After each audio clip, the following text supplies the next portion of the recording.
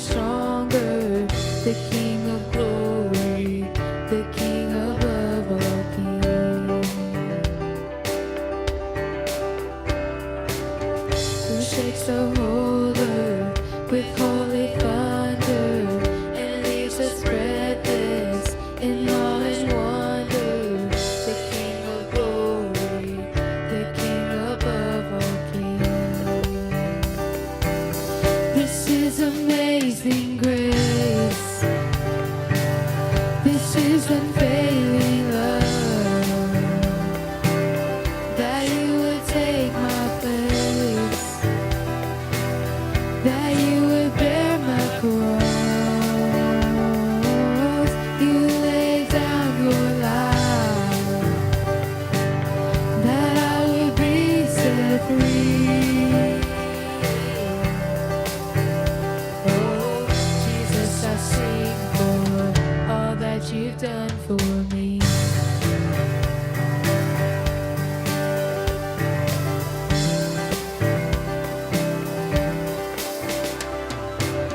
Who brings our chaos back into order, who makes the orphan a son and daughter, the King of glory, the King of glory, who rules the nations with truth and justice, shines like the sun in all of its brilliance, the King of glory, the King above all things. This is amazing grace. This is unfailing love, that you would take my place, that you would bear my cross. You laid down your life, that I would be set free. Oh, Jesus, I sing for all that you've done for me. Worthy is the Lamb who was slain. Sing it out. Worthy is the King who conquered the grave. Worthy is the Lamb who was slain. Worthy is the King who conquered the grave. Worthy is the Lamb who was slain. Worthy is the King who conquered the grave. Worthy is the Lamb who was slain. Worthy, worthy, worthy. Oh, this is amazing grace. This is unfailing love, that you would take my place, that you would bear my cross. You laid down your life, that I would be set free. Oh, Jesus, I sing for all that you've done for me.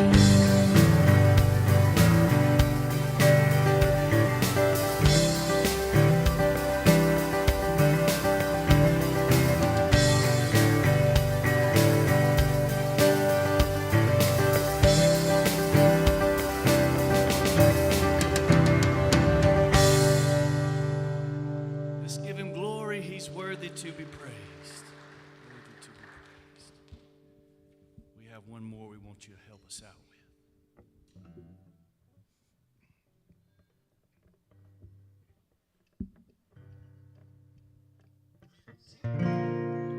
I searched the world, it couldn't fill me. Men's empty praise and treasures that fade are never enough. Then you came along, put me back together. Every desire is now satisfied here in your love.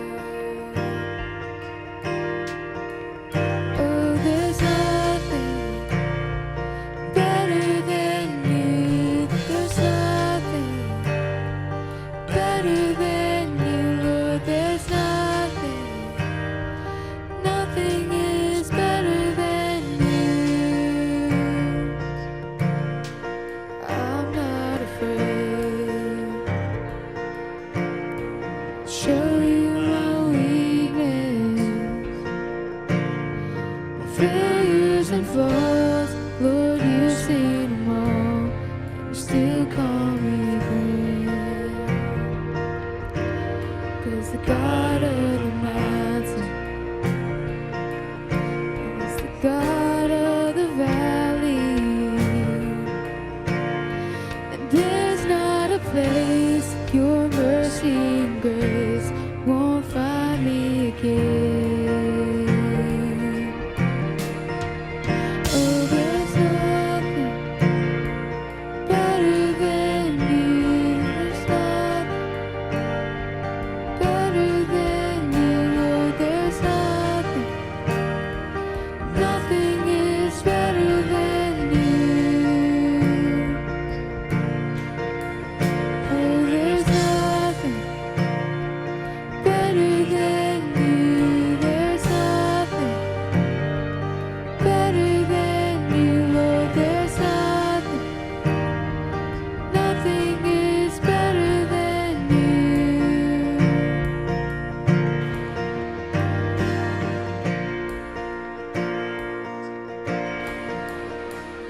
You turn mourning to dancing.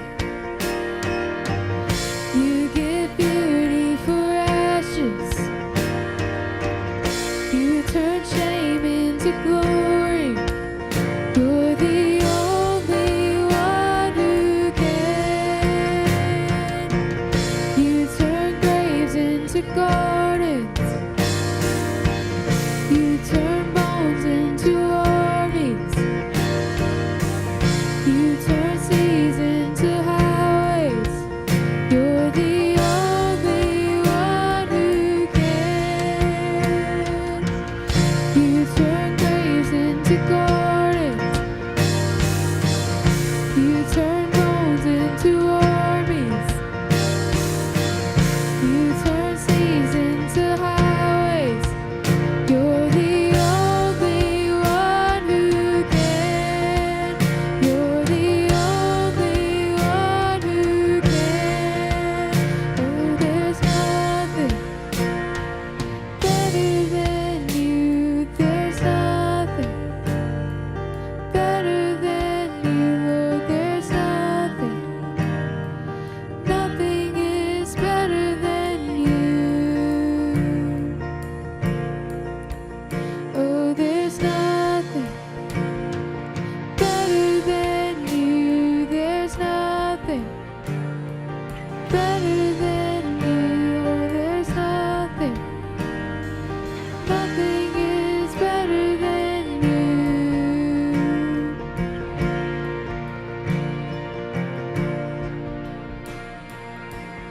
You turn graves into gardens.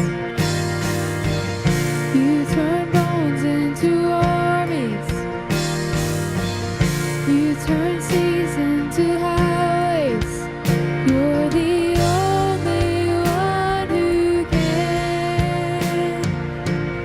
You turn graves into gardens. You turn bones into armies. You turn seas into highways. You're the only one who can. You're the only one who can. You're the only one who can.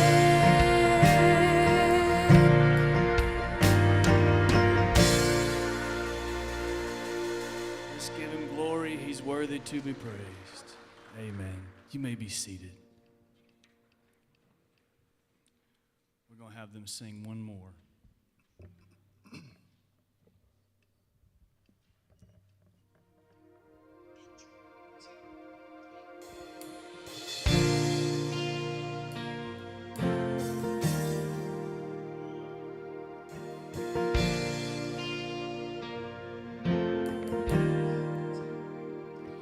We're created nation suddenly articulate,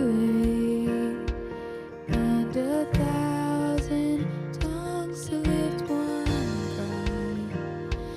Then from north to south and east to west, we'd hear Christ be magnified.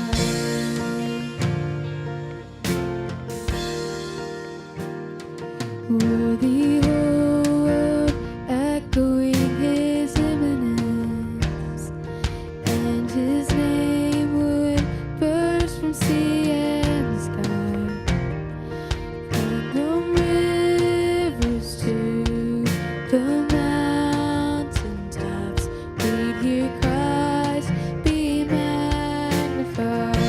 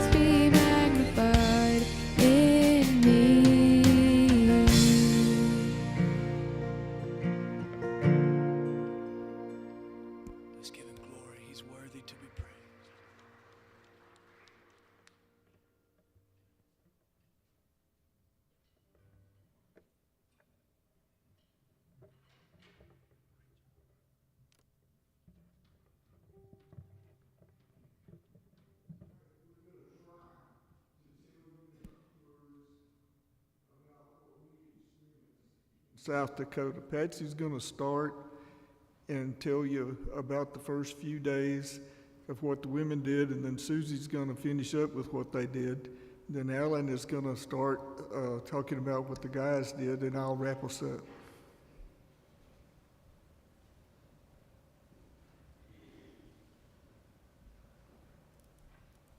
Oops, I left my glasses. Did I leave my glasses down there? I can't see without my glasses.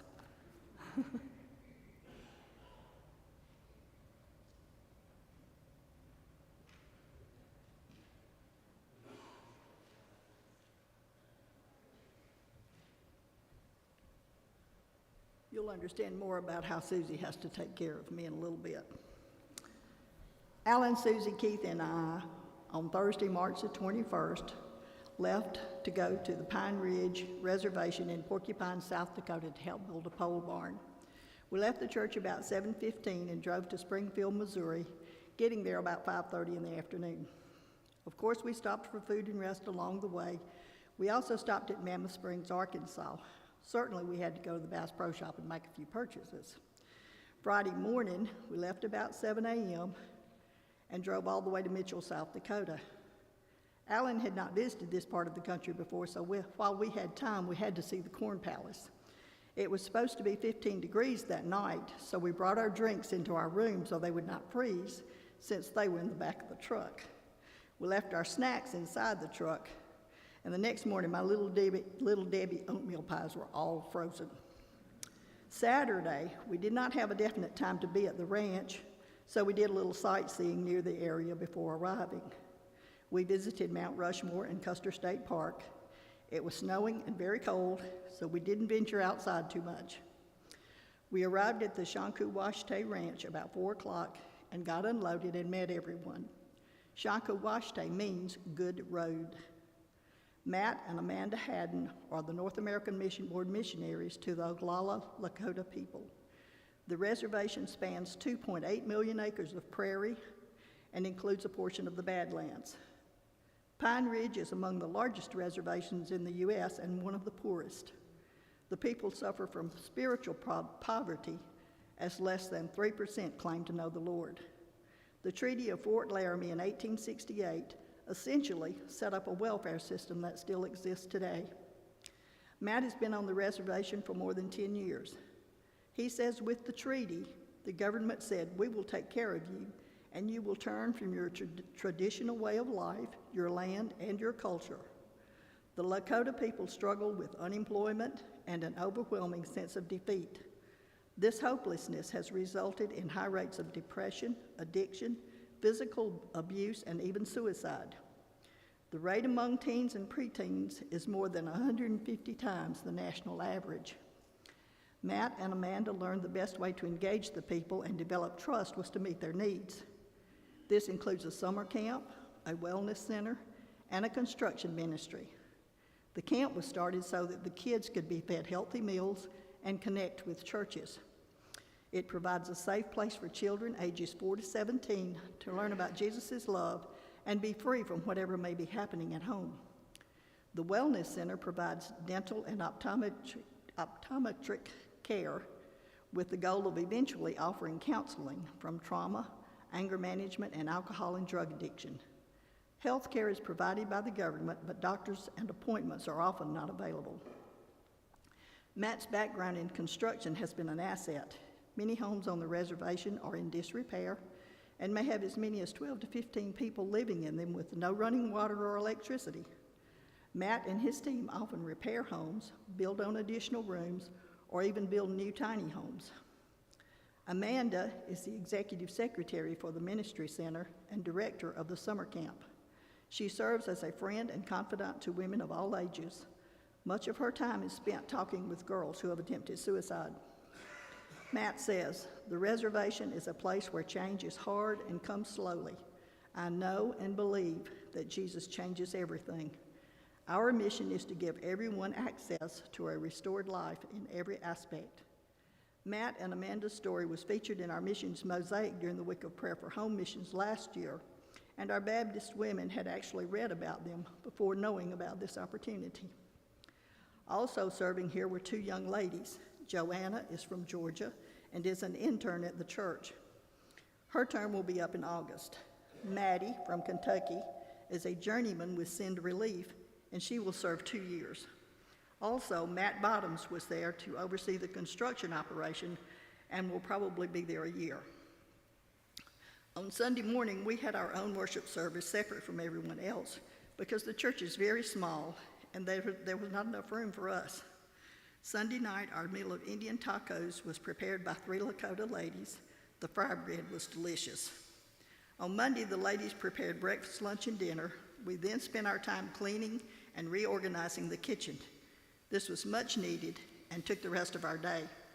Monday was very cold, 6 degrees with 20 to 30 mile per hour winds. I stayed inside. On Tuesday, between preparing meals, we went to the church to prepare lunch bags for dialysis patients. We packed enough lunches to get them through May the 12th. Part of the team was 3 Lakota women who do this on a regular basis. The idea for the lunches came from Ella and Frank. Frank was a patient also, and he recognized the need for patients to have a meal after their treatment. He is since deceased, and Miss Ella is proud to see his dream come true. Excuse me. The lunches feed 24 patients per day, 6 days a week. The team that came the week before us brought a stomach virus with them. Apparently not much disinfecting went on. Who should be so lucky to get it but me on Tuesday night? One lady from Wyoming also got sick. I'm glad I was able to go on this trip. I learned a lot about the obstacles that our missionaries face every day, and I could see how much they covered our prayers and support. I was really clueless about the struggles of the Lakota people, and I'm praying that God will continue to bless Matt and Amanda as they serve in this place. I also got to work with some very special men and ladies from Wyoming and Alabama. We were 17 in total. They are dedicated to missions work and serve when they can. If you have an opportunity to serve God in a missions efforts, I encourage you to take it. It is an experience you will never forget, and the blessing cannot be measured.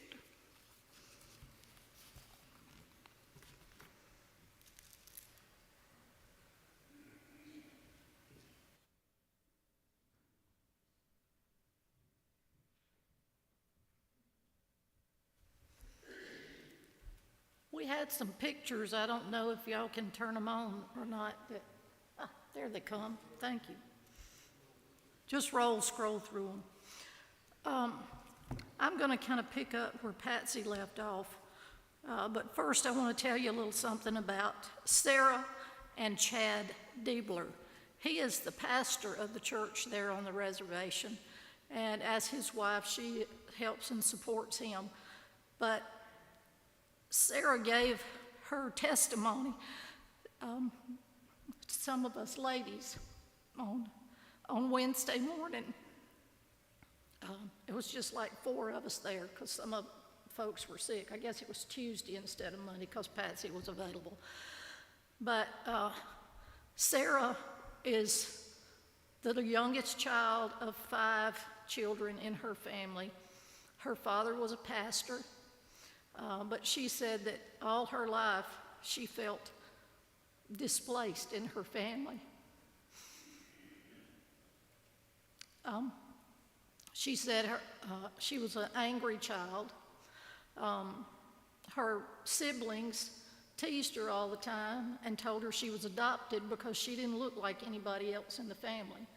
And that added to her feeling of not fitting in. And so she said she acted out as a young child, and it just grew worse as she got older. Her goal was to graduate from high school and leave home and get away from her family. Once she left home, she said she tried a little bit of everything. She continued to act out,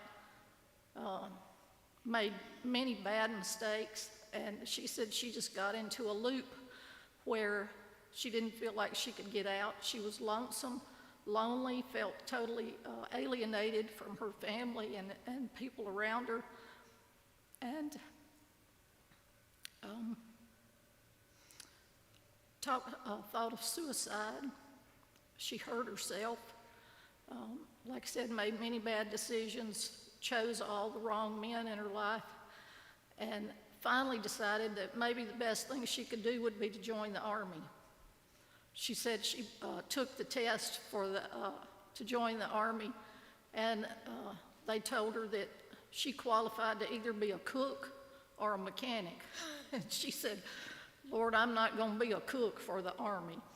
So her family, when she talked to them about it, said, how are you going to be a mechanic? You don't know anything about being a mechanic. She says, that's their job to teach me. So she spent her 4 years in the Army and then got out just before 9/11. And because she was not married or didn't have any children, after 9/11, they called her back into service and were ready to deploy her overseas when suddenly those orders changed and she didn't have to go anywhere. She met Chad.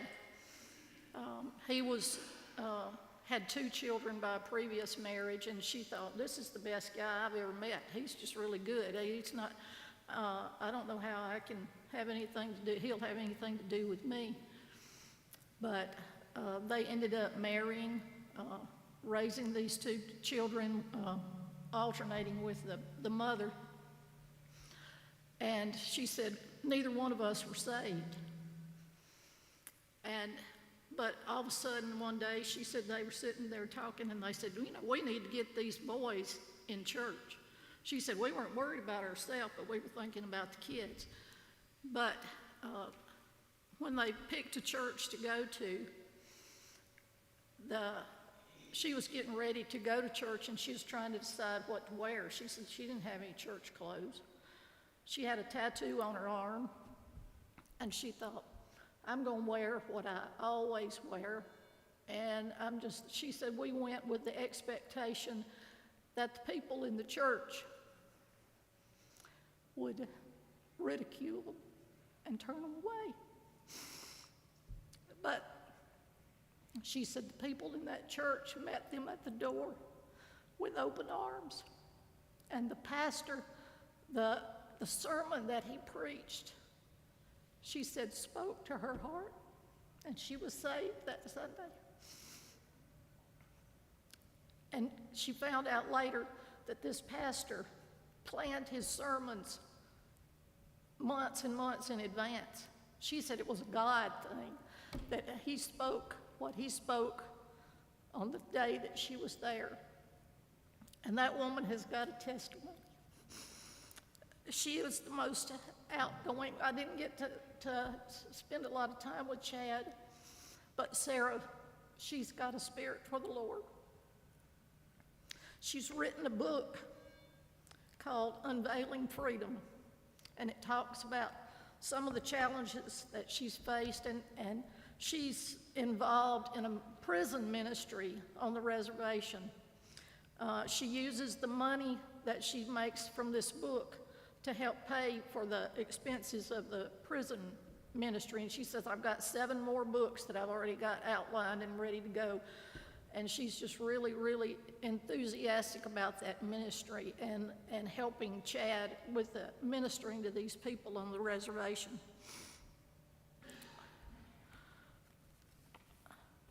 And there, Matt said once something that really struck me. He said, our ministry is a compassion ministry. He said, we're not evangelists. We're there for a compassion ministry. The people on the reservation, he said, they know about God. They know about Jesus, but they have been so downtrodden by the way they've been treated over the generations that they don't believe that he's a loving God. And that the people that have come to minister, he said most of the pastors never lasted more than 3 years, so they really never were able to build a relationship with these people. So he said we have to prove to them that we're trustworthy before they'll believe what we have to tell them. So that's how they're meeting these needs and making contact with these people, by showing them the love of God through the way they interact with them. So now I'll continue with Wednesday. As Patsy said, Tuesday night, she and I shared a bunk room. Well, she was up and down all night. I thought maybe she just couldn't sleep. I know at home there's many times that she gets up and plays solitaire while Keith's sleeping. So I didn't think anything about it until the morning, and she tells me how sick she's been. So I'm a nurse, or a retired nurse. One of the other ladies there is a retired nurse as well. So we fed her ginger ale and tried to get her to eat soda crackers, but she wasn't real good in following instructions there for a while. But I did finally get her to drink a little ginger ale, and she slept all day Wednesday, so she doesn't remember anything about what went on Wednesday. But as she said, we fed the men 3 meals a day. We'd get up about 6:30 in the morning and have breakfast ready by 7:30. And the men, several of them, each morning, one of them would give a devotion. Then they would go out and work, and we would continue doing things inside. Well, Wednesday wasn't a day that we accomplished very much because we were trying to take care of the sick folks. Wednesday night, they had asked us to go to church at their church because, as Patsy said, Sunday, the church only held about 60 people, and their congregation had grown to the point where they filled the church. But on Wednesday night, they said they usually didn't have more than like 15 or 20 people, so they asked us to go. Well, because of the fact that we had sick people, the sick ones stayed at the camp. I stayed with them and helped finish fixing supper so that the men could, after they'd worked all day, since they quit work early to go to church, I fixed the cornbread, and we had 15-bean soup for supper that night after they got back from church. Well, Thursday morning, the men are getting up saying that 35-bean soup is not something that we need to plan for the next mission trip.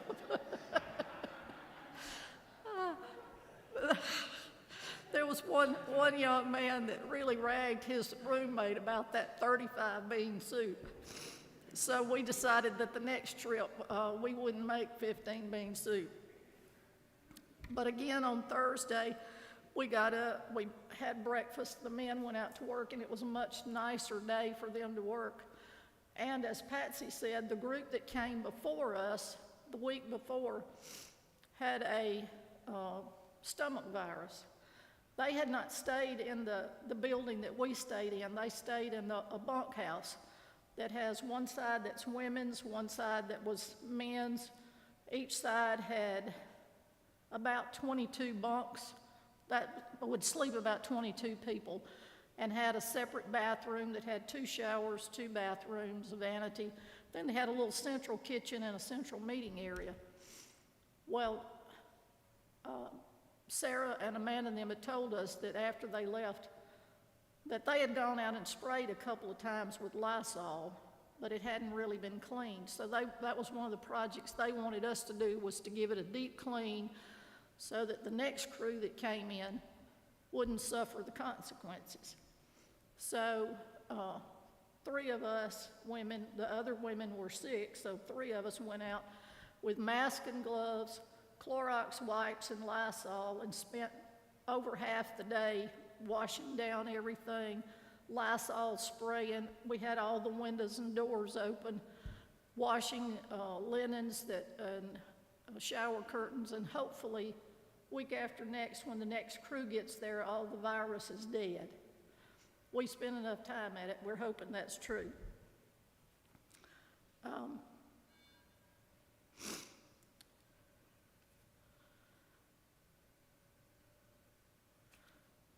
On Friday, we had decided that that the men wouldn't work all day Friday because there was more bad weather coming in on Saturday. Initially, we had planned to either leave late Friday or early Saturday morning, but there was snow and sleet coming in Saturday, so we had decided the men would stop work at 1 o'clock. We would have our lunch everybody get packed up and try to get out early. Well, as our job was cleaning and clearing up after everybody, us women packed everything up while the men were out working Friday morning, and then had lunch ready. We had to clean out the refrigerator of any stuff that was left over from our crew, wash the dishes, sweep and mop the floors, and wipe down our beds to make sure that nobody got germs from when any of our folks were sick. So we didn't get away until about 2:30 on Friday afternoon. But we got on the road, traveled, stopped in Valentine, Nebraska, to eat supper at a Dairy Queen. That was about the only place there was in this little town to eat. And we teased each other because one of the guys coming up had said that he had had shrimp at Dairy Queen, and we're going, how do you get shrimp at Dairy Queen? But anyway, we had our supper at Dairy Queen, and that was one of the highest priced meals we ate. Dairy Queen is not cheap. And then traveled on to Grand Island, Nebraska, and spent the night. We got there around 10:30 or 11, and Keith and Alan insisted that we get up early to get on the road the next morning. So by 6:30 we were up, had our breakfast, got our breakfast, and was on the road by a little after 7. Patsy and I dozed in the back seat for a while on that morning. Saturday was a long day. We drove, seemed like forever. You get stiff riding in that car, especially in the back seat, because we had took enough snacks to feed the Cox's Army, and me and Patsy were the ones that had to eat around it. We didn't eat very much of them, so next time we're not taking as much. But we stopped in Kansas City for lunch at the Cracker Barrel. Enjoyed that because we got to sit down and feel like we were eating some good Southern food. And then traveled on, spent the night in Cape Girardeau, Missouri. And we learned that Missouri is one of the longest states in the country. We were riding it from top to bottom. It seemed like it went on forever. We got up Sunday morning and hit the road, headed this way. We left about 7:15, and Keith woke up feeling yucky on Sunday morning, and we're thinking, oh mercy, the rest of us, is it coming late for us too?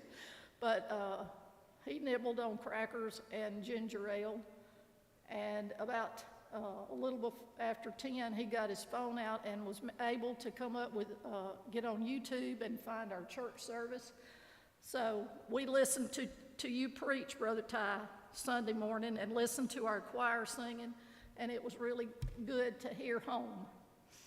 We got to the parking lot here at about 12:30 or 1 o'clock. Beth was here to meet Alan and pick him up, and we went home, and Brian and Heather and our family had food for us to eat, and I was glad because I was wondering what I was going to have for Sunday lunch. But that's pretty much our trip.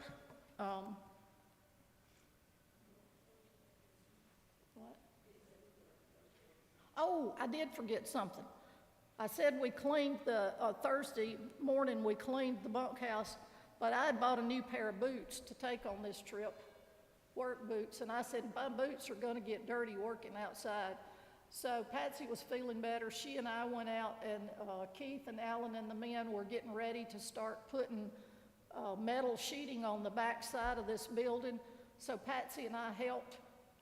She got tired about halfway through since she was still recovering, but I hauled metal panels for them men from the first to the last on a 160-foot building. And let me tell you, the stack of the metal panels were at one end, and the last one that I hauled, that 160 feet down there, I was dragging like an Indian Travis.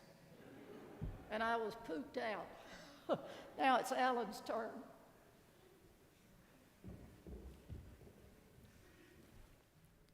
Brother Ty, I had a message prepared for tonight, but since it's already late, I'm going to skip the message. But I'm not going to keep y'all. First thing, I want to thank y'all for allowing us to represent Mount Zion in South Dakota.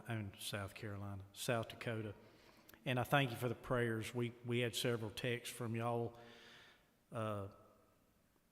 reminding us that y'all were praying for us, and we could feel that. Other than the illness that struck, it was a smooth trip. I mean, we were doing some risky things on this building. This building, when we got there, I wish we could just talk through the slides.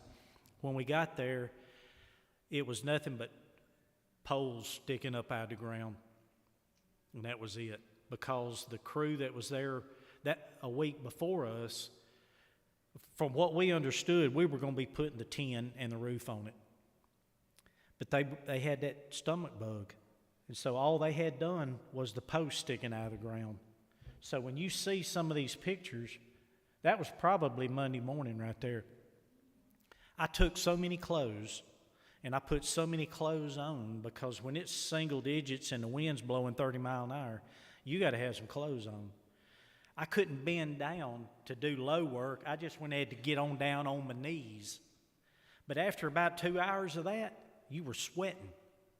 Now, you had to keep your face covered and your hands covered and try to keep your back turned to the wind, because you couldn't work in it bare skin with no gloves on. But anyway, oh yeah. One thing that they didn't mention so far is on Sunday, after we had church, they said, now we're going to go break up and sightsee. And y'all need to look up Wounded Knee, the massacre of Wounded Knee. I didn't remember much about that because, I'm 63 years old. Last time I looked at anything about Wounded Knee, I was probably 15 years old, so that's been a long time. But that was 10, 15 miles down the road where the massacre, some would call it the Battle of Wounded Knee, but it was no battle, it was a massacre. And we went down there Sunday. And it's a two-sided sign. Now, I noticed on the pictures, it only showed one side of it, but it was a two-sided sign. So I got out to read the other half of the sign. When I did, an Indian fellow, he just appeared out of the blue. I didn't even know where he come from. Had a little dog with him. He come walking up, and he had a dream catcher. Y'all know what a dream catcher is, a little round gizmo with some things hanging from it. He had one in his hand, and he said, you're not from around here? I said, no, sir, I'm from Mississippi. He said, have you ever been here before? I said, no, sir. He said, let me tell you about this place. And he described the massacre and how we were standing right there, and how up on a hill where that's the back side, because the front side said back on the bottom of it, where they had the guns set up on a hill, and they mowed everybody down. They dug a mass grave, and they put their bodies in it and covered it up. One young lady survived. They took her, practically prostituted her. She died of a sexually transmitted disease. The people found out about where her body was. They got her, and they brought her back. Little Bird? Lost Bird was her name.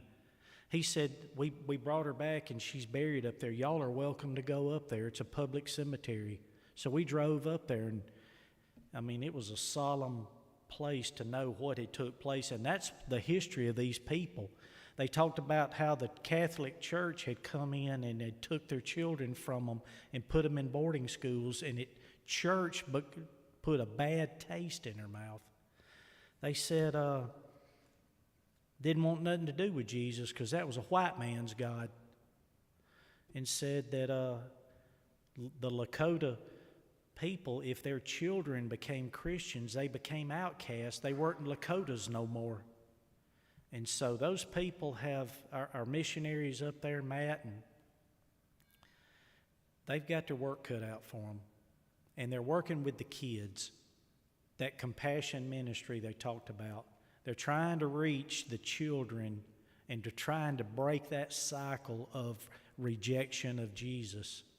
And so anyway, we get up there and single digits Monday morning and nothing but poles sticking out of the ground, and we worked hard.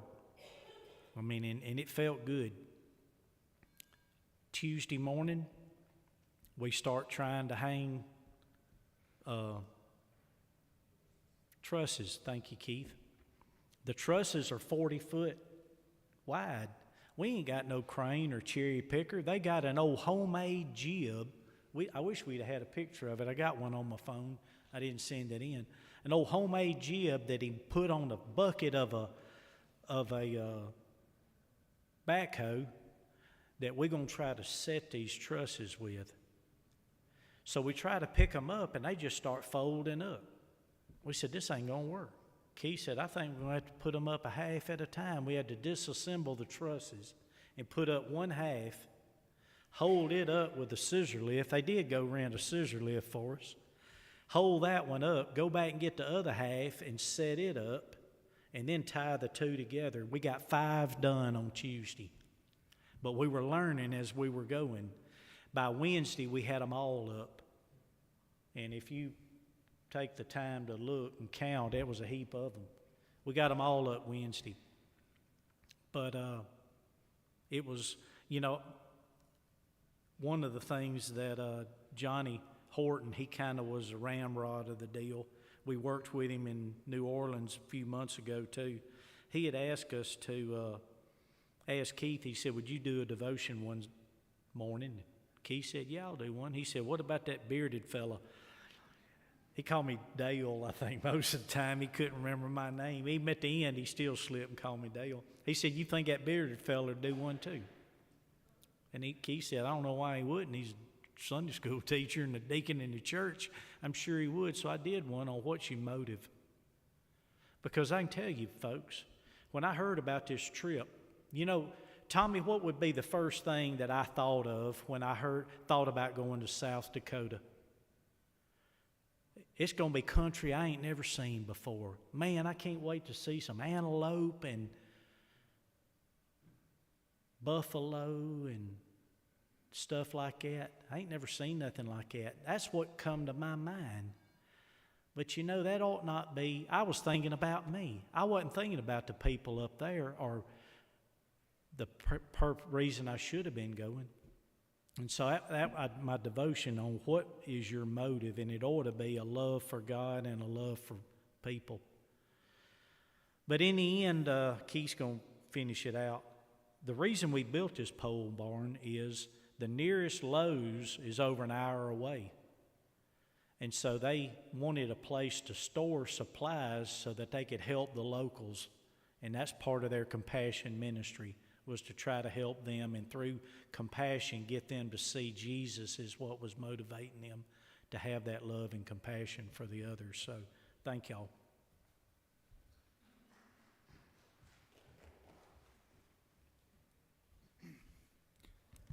Well, it'll take another 30 minutes to hear what I've written down, so I won't do that.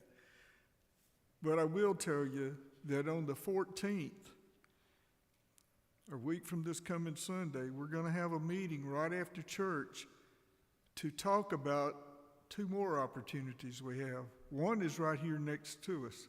In Lakeover, we're going to have a block party on the 18th of May, and we want to tell you about that and how we can reach people in New Hope.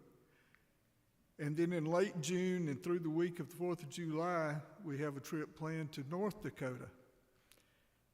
As the missionary for the Dakotas told us over at Oxford in January, if you want to do easy missions, go to South Dakota. If you want to do hard missions, go to North Dakota. The Native Americans have a real, honest reason why they don't trust Christ, because of the way they were treated. The people in North Dakota predominantly call themselves Catholics or Lutherans, and if you ask them, do you know Christ, they don't know what you're talking about. So they consider themselves Christians already. They just don't serve as Christians. So we hope you can come to that meeting in April the 14th and learn about a trip. If you can't go this year, we hope this is a multi-year thing. When we got ready to leave South Dakota, several of us were already talking to Matt about when can we come back. I do want to share one thing with you, if I can find it in my notes. When Matt was talking about the compassion that they're trying to witness to the Lakota people,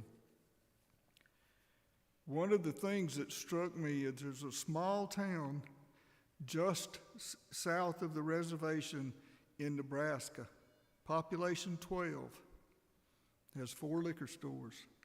Those 4 liquor stores in 2010 sold 4.9 million cans of beer. 500 plus cases of beer a day, 365 days a year. That's the kind of thing that they're fighting on the reservation. Matt says we can't deal with all these social issues. All we can do is be a compassionate Christian.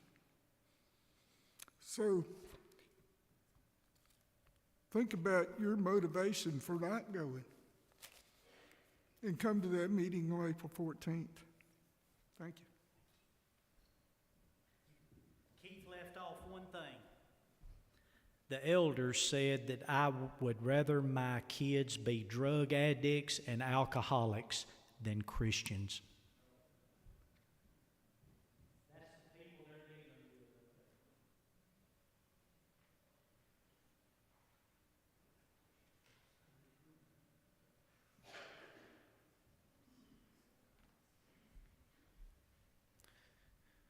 I just want to say that we've got some opportunities, though, to serve.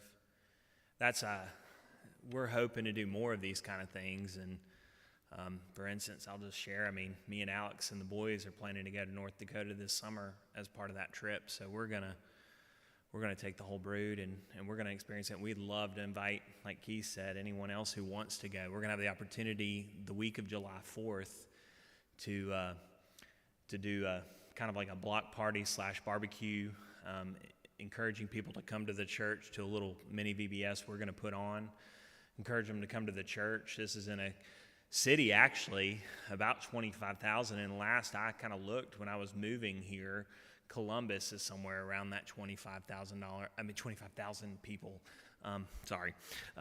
population.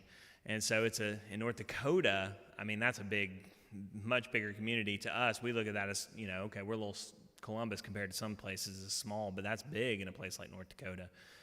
And they're planting a church there. We have the opportunity to serve. And so that's one thing we want to do. We want to do more of this, be able to share more opportunities, more testimonies of what God is doing. And here's the thing, the kind of ministry that they are talking about, it's difficult ministry.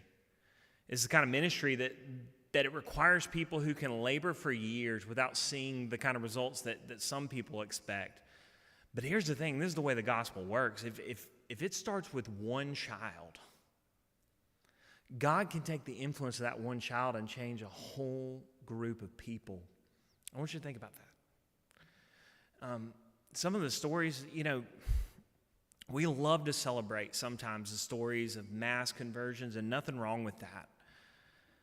But when I was in seminary, I want to share this. We were talking about missions efforts and missions work, and someone, I think it was actually a professor I had in a New Testament class, he said, I've got a friend, he couldn't even name the country. He says he lives on the border of a nation that is so close to the gospel he can't go in. He lives on a city where sometimes people from that nation are allowed to cross the border, come in, purchase things, do things like that. And his whole goal is to, if anybody from that nation that's close comes in, to share the gospel with them so that they might come to know Jesus and maybe begin a work of God in a place where they don't have the hope of Jesus. And what he was sharing with us is, sometimes, like I said, we celebrate the, mass conversions, we celebrate the big movements, but if we believe what the Bible says, God is not just focused on large numbers, he's also focused on the one.